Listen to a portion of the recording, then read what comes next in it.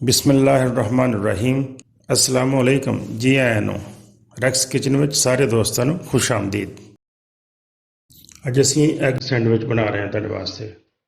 ਆਂਡੇ ਵਾਲੇ club sandwich ਬਿਲਕੁਲ ਆਸਾਨ ਰੈਸਪੀ ਹੈ, ਬਹੁਤ ਜਲਦੀ ਬਣ ਜਾਣ ਵਾਲੀ ਰੈਸਪੀ ਹੈ।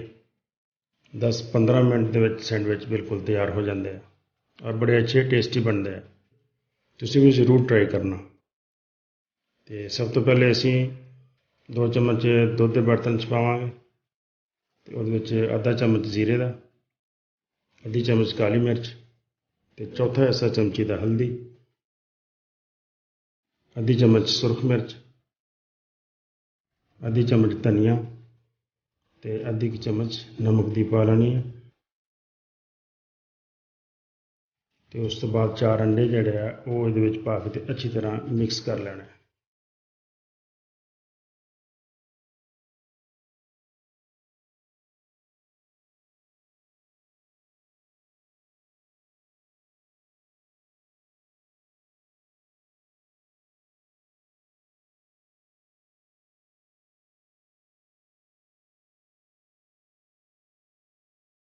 ਉਸ ਤੋਂ ਬਾਅਦ ਅਸੀਂ ਹੁਣ ਅੰਡੇ ਦਾ ਜਿਹੜਾ ਆਮਲੇਟ ਬਣਾਵਾਂਗੇ। ਛੋਟੀਆਂ ਟਿੱਕੀਆਂ ਬਣਾ ਲੈਣੀਆਂ ਅੰਡੇ ਦੀਆਂ, ਤਾਂ ਕਿ ਸੈਂਡਵਿਚ ਦੇ ਵਿੱਚ ਆਸਾਨੀ ਨਾਲ ਲੱਗ ਜਾਣ। ਇਸ ਤਰ੍ਹਾਂ ਥੋੜ੍ਹਾ ਥੋੜ੍ਹਾ ਅੰਡਾ ਪਾਈ ਜਾਣਾ ਅਤੇ ਇਹਦੀਆਂ ਟਿੱਕੀਆਂ ਬਣਾ ਲੈਣੀਆਂ।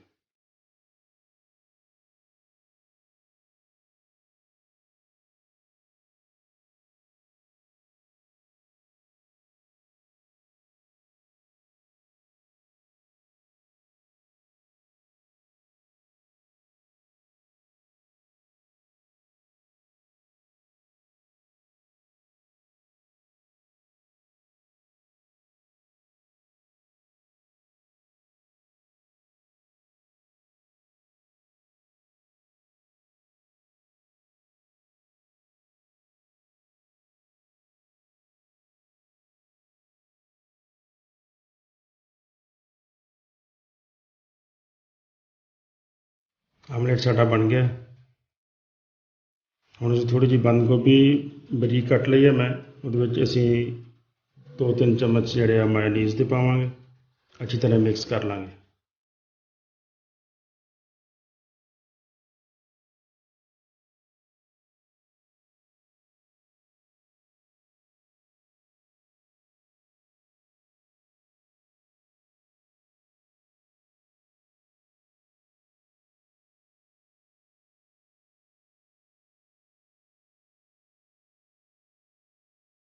ਹੁਣ ਅਸੀਂ ਬ੍ਰੈਡ ਦੇ ਸਲਾਈਸਾਂ ਦੇ ਉੱਤੇ ਟਮਾਟੋ ਕੈਚਅਪ ਲਾਉਂਦੇ ਹਾਂ। ਦੋਨੋਂ ਸਾਈਡਾਂ 'ਤੇ ਟਮਾਟੋ ਕੈਚਅਪ ਲਗਾ ਲਓ।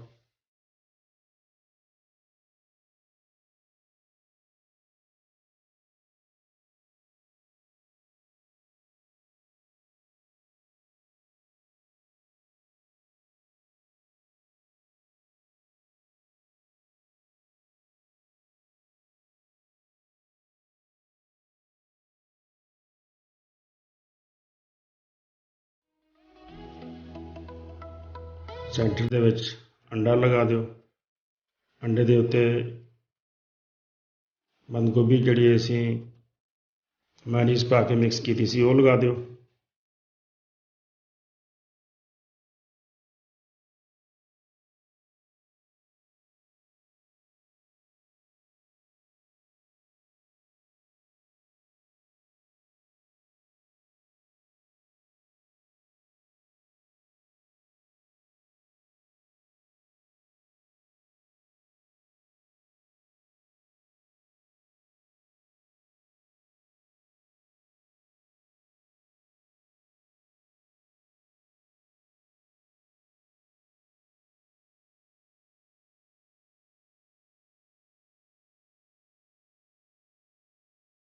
ਅਤੇ ਉੱਤੇ ਦੂਸਰਾ ਸਲਾਈਸ ਰੱਖੋ ਅਤੇ ਸੈਂਡਵਿਚ ਤੁਹਾਡਾ ਤਿਆਰ ਹੋ ਗਿਆ।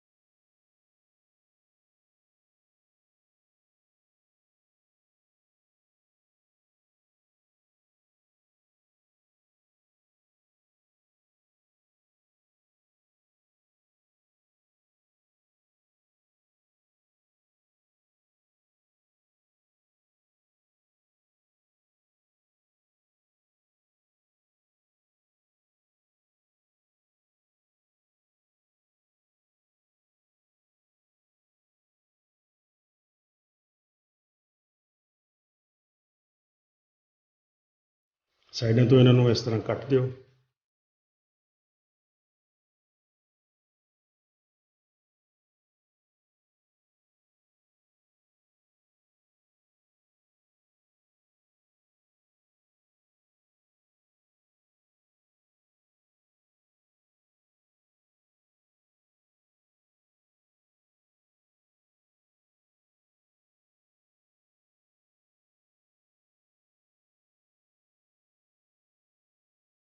ਸਾਰੇ ਕਿਨਾਰੇ ਕੱਟਣ ਤੋਂ ਬਾਅਦ ਇਹਨੂੰ ਸੈਂਟਰ ਚੋਂ 2 ਪੀਸ ਬਣਾ ਲਓ।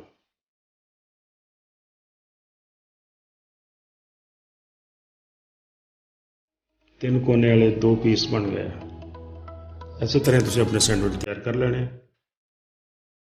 ਬਹੁਤ ਆਸਾਨ ਆ, ਕੋਈ ਟਾਈਮ ਨਹੀਂ ਲੱਗਦਾ, ਅੱਛੇ ਵੀ ਬਣਦੇ ਆ, ਸਾਦਾ ਵੀ ਹੈ, ਮਜ਼ੇਦਾਰ ਵੀ ਹੈ।